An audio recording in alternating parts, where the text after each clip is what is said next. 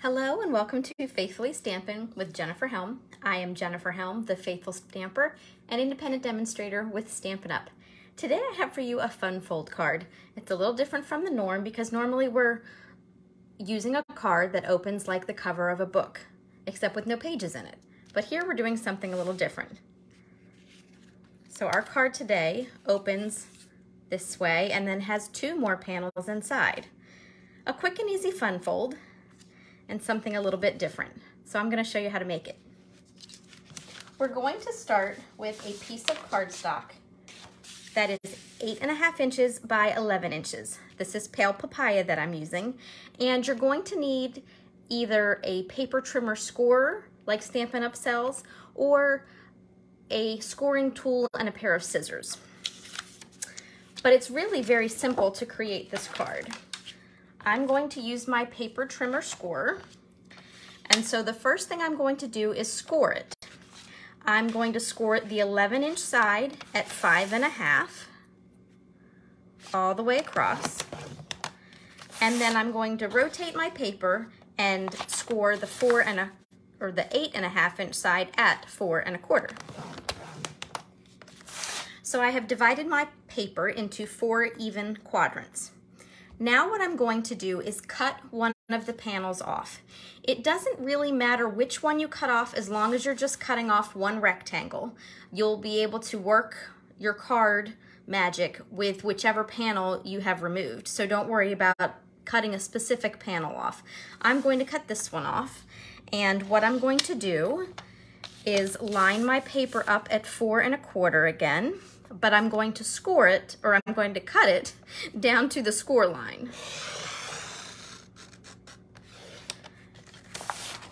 And then I'm going to rotate the cardstock again and cut here to continue cutting off the rectangle. You can use a pair of scissors if you like, but I am using my paper cutter to do that.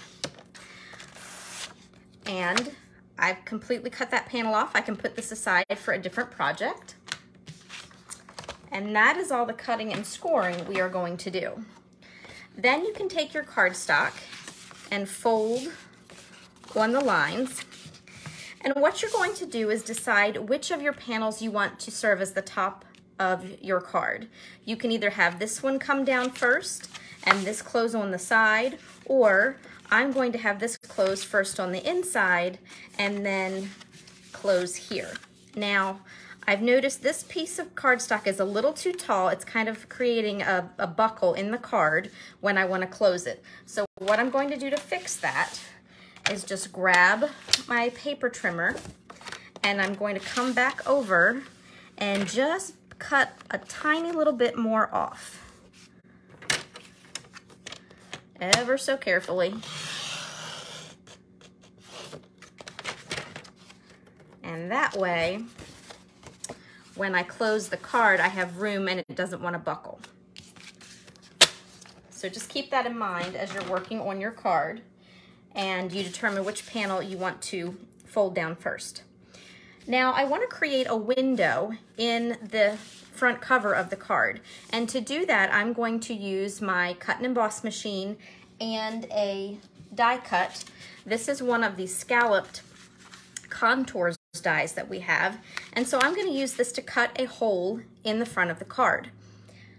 If you don't have a cut and emboss machine or any other kind of die cut machine and die cuts that will work, you could use punches if you have something that's an appropriate size and works with your design.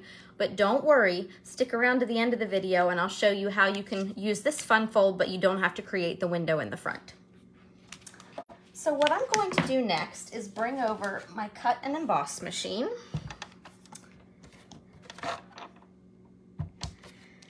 And I'm going to create my sandwich with the plates that come with the machine. And I'll actually show you a better view of what I'm doing here first. So the plates are numbered. It's very handy. So my first plate goes down, my second plate, my thin shim goes down, and then I need 2 of the clear plates. One of them is a cut plate, I call it, which is going to be my cutting surface, and then I have a plate that goes on top. Now I don't want to cut through all the layers of cardstock, so I have to finagle this just a little bit.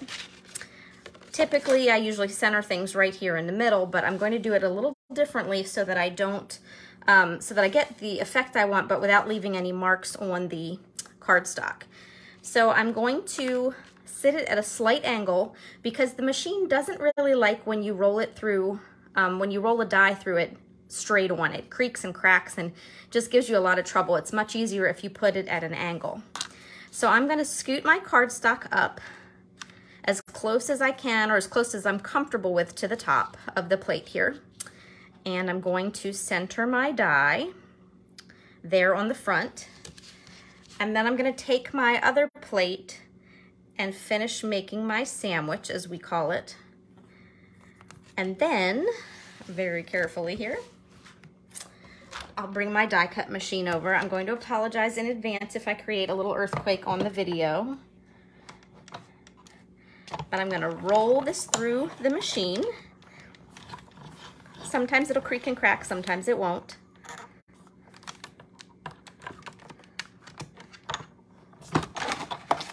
And then when I pull the paper out of the die cut machine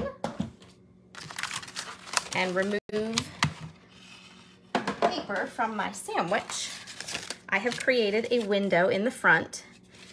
On occasion, like here, I don't know if you can see, I have a little mark on my cardstock. It's okay, it's not too noticeable, and I'm really gonna cover most of that up, so I'm not gonna worry about it.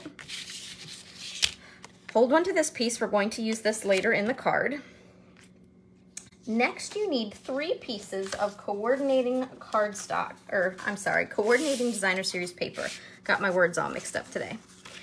These are 5 1/4 inches tall by 4 inches wide.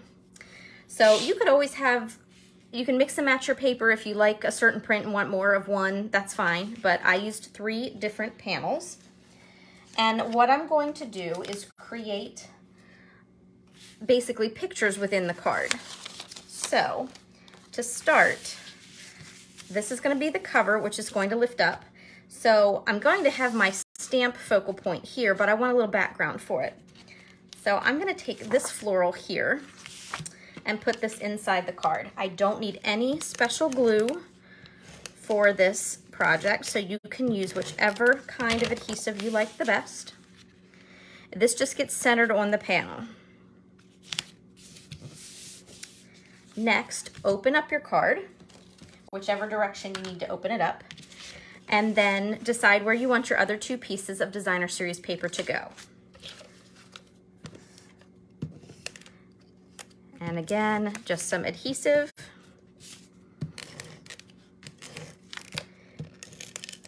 And then just like you did on the front, these get centered on the panels.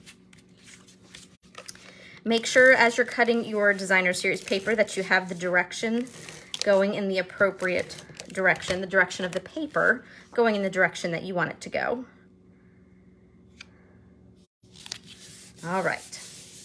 Now, we're gonna do some stamping. First up, I'm going to take this panel of Pale Papaya that I worked with at the beginning, and I wanna stamp my inside sentiment on it. I'm gonna use this for the inside of my card. So I have Sweet Sorbet ink. I'm pulling everything out of the colors of the designer series paper that I'm using today. And I have a sentiment from the Charming Sentiments stamp set that I'm gonna use on the inside. All my stamps tonight are photopolymer, so I've grabbed my Stampin' Pierce mat for a little extra cushion. And I'm just tapping lightly and then pressing gently to get a good impression.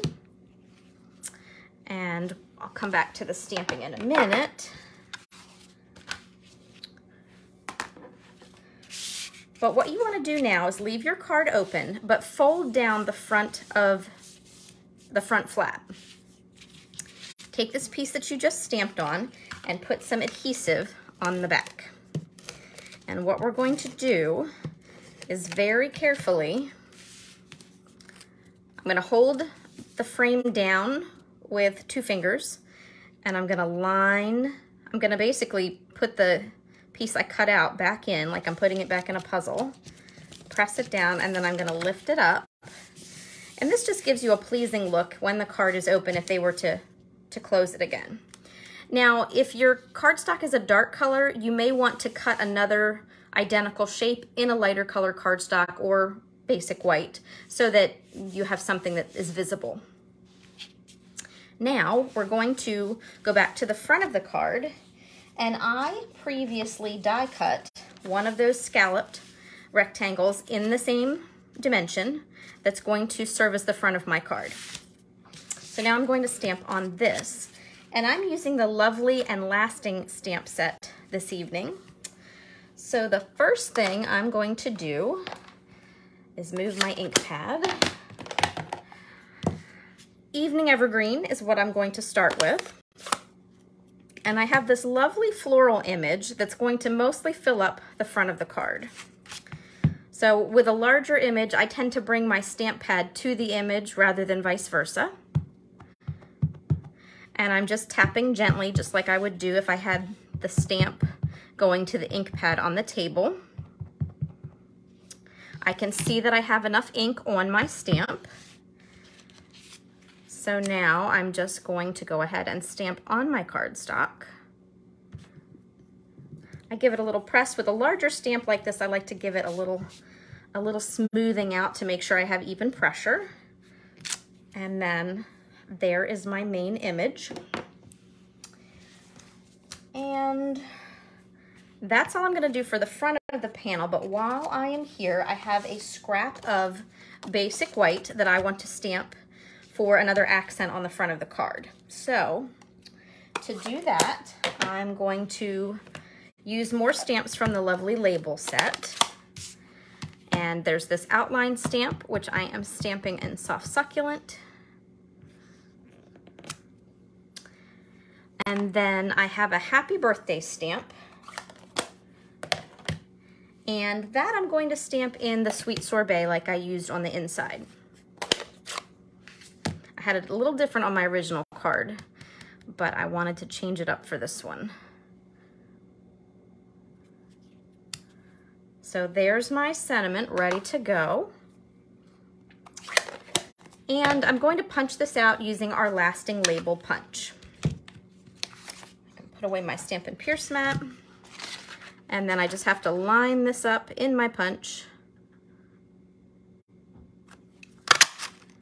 and pop that out.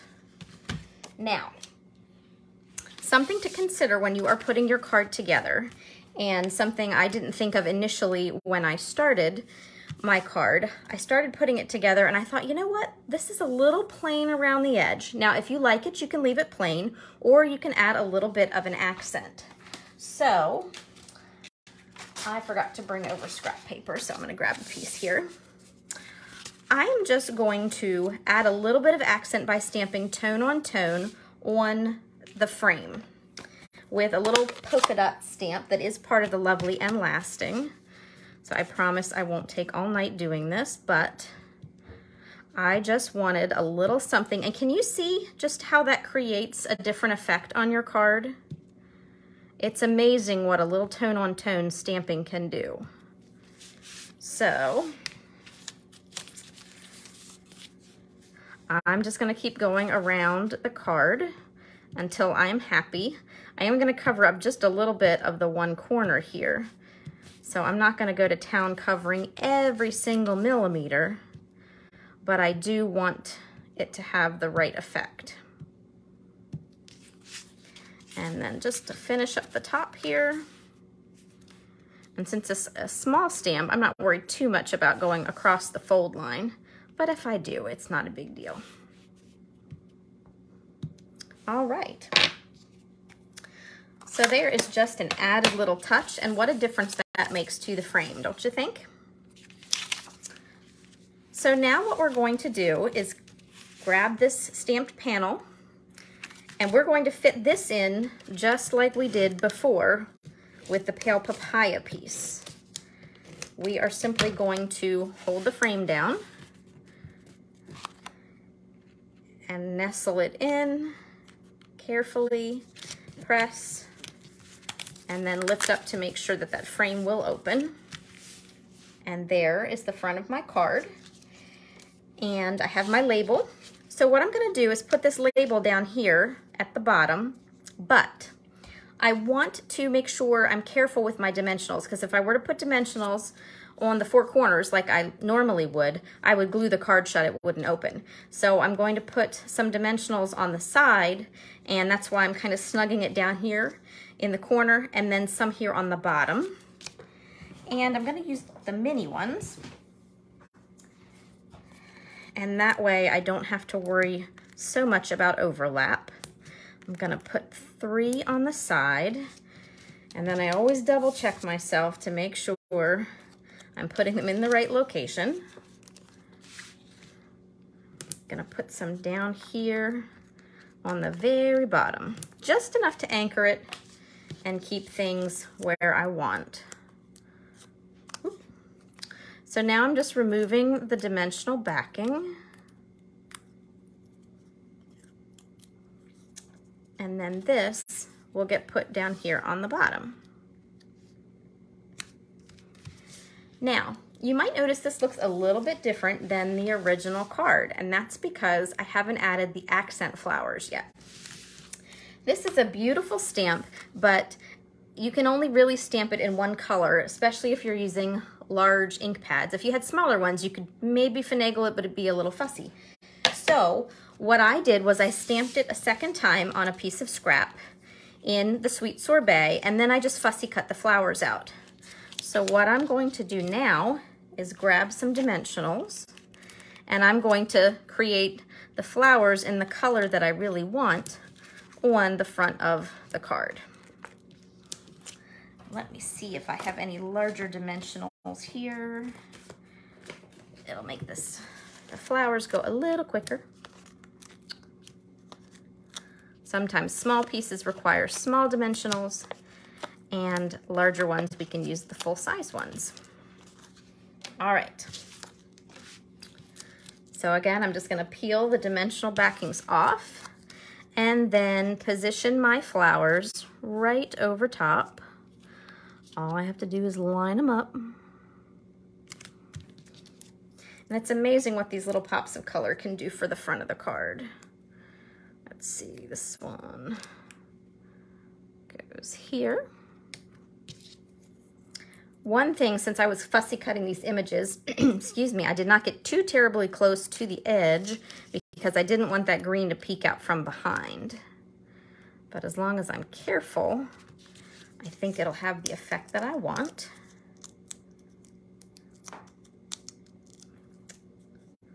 And then one last flower in place. Now, one finishing touch. I would like to add a couple of gemstones just for a little accent. So I have some champagne rhinestones here. I'm about to finish off one pack. These are some of my favorite rhinestones. So I added a couple to the flower centers. I'm putting one up there in the corner. And then I'm gonna finish up and fill in this empty space here with just a couple.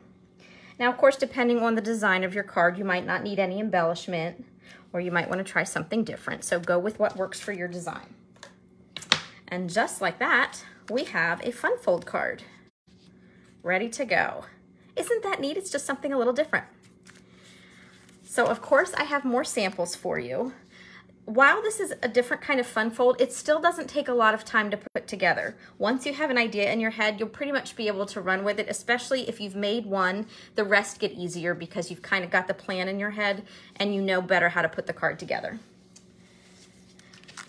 So here I have a Halloween card to show you. This one I used the stitch rectangles for, and again, I did that tone-on-tone stamping to create the image on the front. I was thinking you could even really add a panel of designer series paper before you cut out your shape, and then you can just use that panel within the card. Up to you. Now on this one, I was so busy putting the card together, I kind of forgot to put my piece of designer series paper. Oop, I have a sequin that is running away. I guess it's gonna stay there for now. I forgot to put the designer series paper on. I got ahead of myself and started stamping these stars tone on tone because I really like the look. And then I thought, you know what? I don't want to cover that up with another piece of designer series paper. So I actually just left it and I only used 2 panels of designer series paper on this one. So you really have options. You can mix and match however you like. And here I used, since the cardstock was darker, I cut a second rectangle in the basic white to use for my inside piece so that you could see my message on the inside of the card. You can also change the orientation on your card. Beg your pardon. Bless me. So the directions are the same if you would like it in the horizontal orientation. Just change the direction of your designer series paper. Those 5 1/4 by 4, make them 5 1/4 wide and 4 inches tall. Works the same way though. So the card opens, and you can, like I said, arrange these flaps however you like. If you want more room to write, you can add another panel of white inside or keep it really simple. Up to you. And I mentioned at the beginning not to leave in case you didn't have die cuts or something that worked for the front of the card. You can still use the fun fold.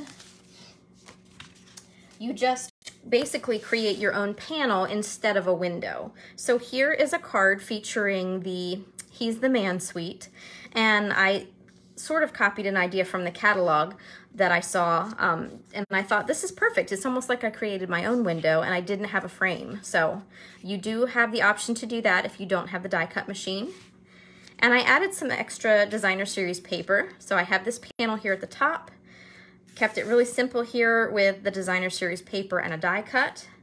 And then I put more designer series paper here on the inside and then stamped my panel on just a basic piece of basic white, and then I add a little accent.